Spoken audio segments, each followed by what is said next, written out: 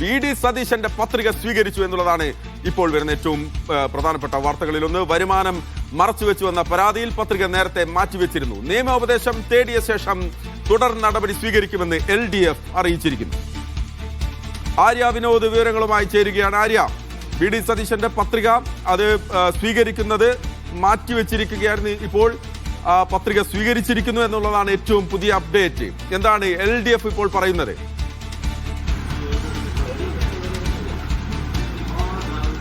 തീർച്ചയായിട്ടും മഹേഷ്, അല്പസമയം മുമ്പാണ് പത്രിക സ്വീകരിച്ചു എന്നുള്ള വിവരം വരുന്നത്.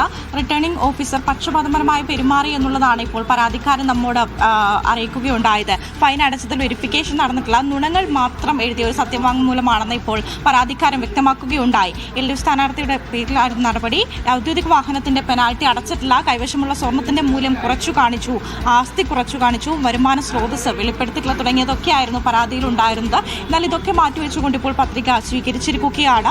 റിട്ടേണിംഗ് ഓഫീസർ പക്ഷപാതപരമായ ഈ ഒരു തീരുമാനമെടുത്തതിനാൽ തീർച്ചയായിട്ടും ഇനി പരാതിയുമായി മുന്നോട്ട് പോകാൻ തന്നെയാണ്, കോടതിയെ സമീപിക്കാൻ തന്നെയാണ് തീരുമാനം എന്നുള്ളതാണ് LDF അറിയിക്കുന്നത്.